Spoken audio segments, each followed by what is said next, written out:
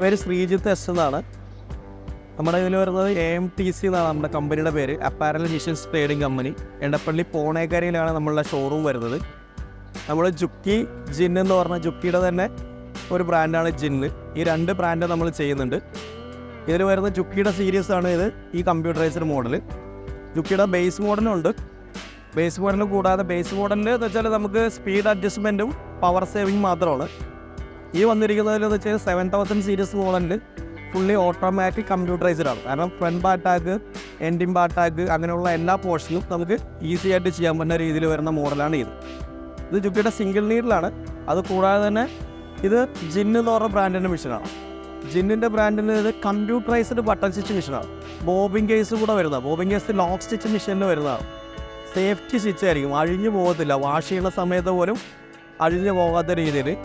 കൂടാതെ ഇതിൽ നമുക്കൊരു പാനൽ ബോർഡ് വരും.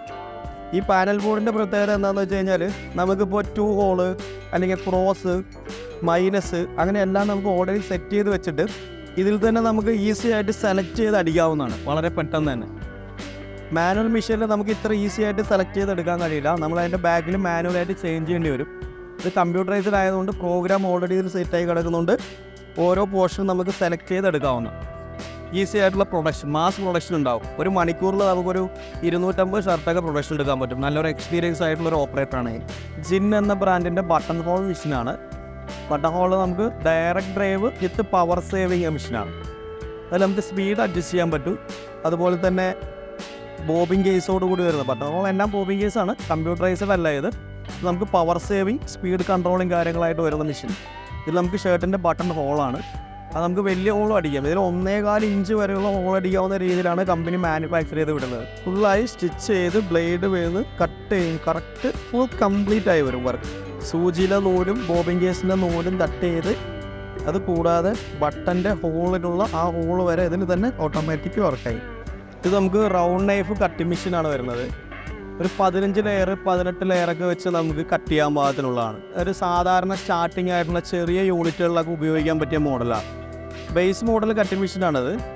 സ്ട്രെയിറ്റ് നൈഫ് ഉണ്ട്. സ്ട്രെയിറ്റ് നൈഫ് നമ്മൾ ഓൾറെഡി ഡെമോ വെച്ചിട്ടില്ല. സ്ട്രെയിറ്റ് നൈഫ് നമുക്കൊരു 35 ലെയർ 38 ലെയറൊക്കെ കട്ട് ചെയ്യാൻ പറ്റും. ഇത് റൗണ്ട് നൈഫാണ്. ഇതിൽ വരുമ്പോൾ എന്ന് വെച്ചാൽ നമുക്ക് ഒരു 15 ലെയർ വരെ കട്ട് ചെയ്തെടുക്കാൻ പറ്റുന്ന ചെറിയ യൂണിറ്റുകളിലൊക്കെ ഉപയോഗിക്കാൻ പറ്റുന്ന മെഷീനാണിത്. ഇത് ഇലക്ട്രോണിക് സെർവോ മോട്ടറാണ്, പവർ സേവിങ് മോട്ടറാണ്. ഇപ്പോൾ ക്ലച്ച് മോട്ടർ ഉപയോഗിക്കുന്ന യൂണിറ്റുകളിലെ കസ്റ്റമേഴ്സിന് കറണ്ട് ബില്ല് കൂടുതലായിരിക്കും. ഇത് സെർവോ മോട്ടർ ആയതുകൊണ്ട് ഇത് നമുക്ക് പവർ സേവിങ് കൺസപ്ഷൻ കൂടുതലാണ്.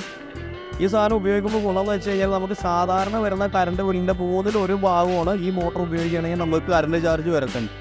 അപ്പോൾ യൂണിറ്റുകളിലൊക്കെ നമുക്ക് ക്ലച്ച് പഴയ മോഡൽ മെഷീൻസ് ഉണ്ടെങ്കിൽ മെഷീൻ തന്നെ ചേഞ്ച് ചെയ്യാതെ മോട്ടർ മാത്രം ചേഞ്ച് ചെയ്തുകൊണ്ട് പവർ കൺസപ്ഷൻ കുറയ്ക്കാനുള്ളൊരു ഓപ്ഷൻ കൂടിയാണ് ഇത് വരുന്നത്.